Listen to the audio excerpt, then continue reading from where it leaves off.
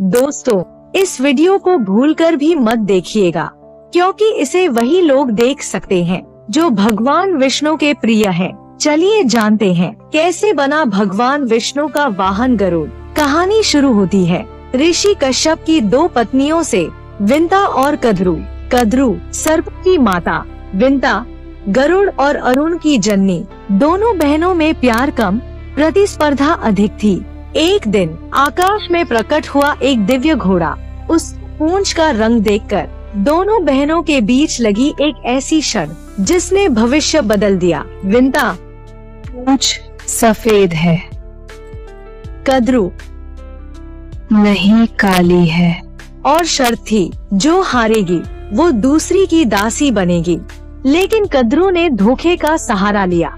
अपने नाग पुत्रों को आदेश दिया, घोड़े की पूंछ से लिपट जाओ और उसे काला दिखा दो। धोखे की जीत हुई और विंता हार गई। वो अपनी ही बहन की दासी बन गई।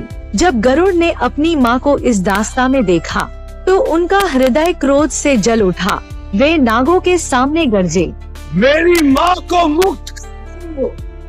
नाग हंसे और बोले, मुक्ति चाहिए तो स्वर्ग से अमृत का कलश लाकर दो। गरुड़ ने चुनौती स्वीकार की और अकेले ही देवताओं से युद्ध कर अमृत कलश छीन लाए। लेकिन जैसे ही वे लौट रहे थे, स्वयं भगवान विष्णु प्रकट हुए। गरुड़, क्या तुम अमृत पीकर देवताओं को चुनौती देना चाहते हो? प्रभु, यह मेरे लिए नहीं, यह मेरी माँ की मुक्ति की कीमत। गरुड़ के त्याग और साहस से प्रसन्न होकर विष्णु बोले, तुम अमर रहोगे और आज से मेरे वाहन बनोगे। गरुड़ ने वरदान मांगा, प्रभु, मेरा चिन्ह सदैव आपके ध्वज पर रहे।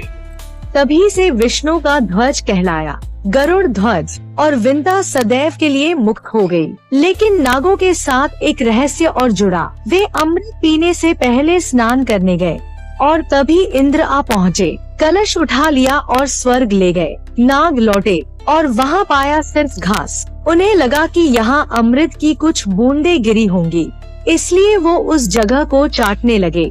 इसी से उनका मुंह फट गया और तभी से कहा जाता है, नागों की जिह्वा फटी होती है।